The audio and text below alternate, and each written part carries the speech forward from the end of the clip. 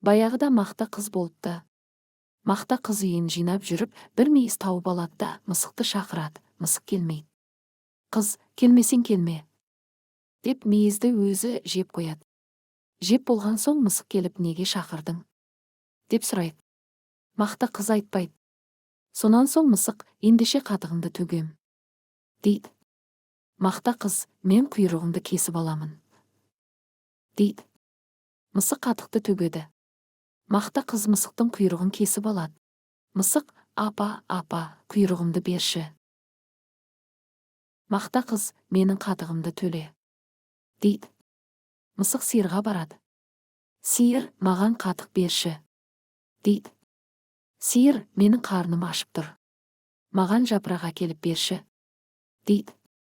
Мысық ағашқа барып, ағаш, жапырағымды берші, дейді. Ағаш, мен шөлдеп тұрмын, су әкелсең жапырақ беремін, дейді. Мысық суға бара жатса, су әкеле жатқан қыздарды көреді. Қыздар, маған су беріңіздерші, дейді. Қыздар оған, бізге сағыз әкеліп берсең, біз саған су береміз, дейді. Мысық дүкенге барады. Әй, дүкенші, маған сағыз берші, дейді.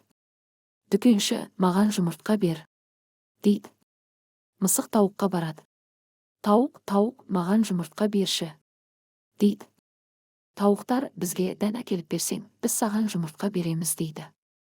Мысық, енді не қыламын, деп бара жатса, бір ін қазып жатқан тышқанды көреді. Мысық тышқанды бас салады. Жаныңның барында айт, үйінде не бар, дейді. Тышқан қорыққаннан, үйімде бір табақ тары бар, дейді. Мысық, маған бір уыс тары бер, дейді. Тышқан үйіне барып, бір уыс тары әкеліп береді. Мысық тарыны апарып тауыққа береді. Тауық жұмыртқа береді. Жұмыртқаны апарып дүкеншіге береді. Дүкенші сағыз береді. Сағызды апарып қыздарға береді. Қыздар су береді. Суды апарып ағашқа береді. Ағаш жапырақ береді. Жапырақты апарып сиырға береді. Сиыр қатық береді.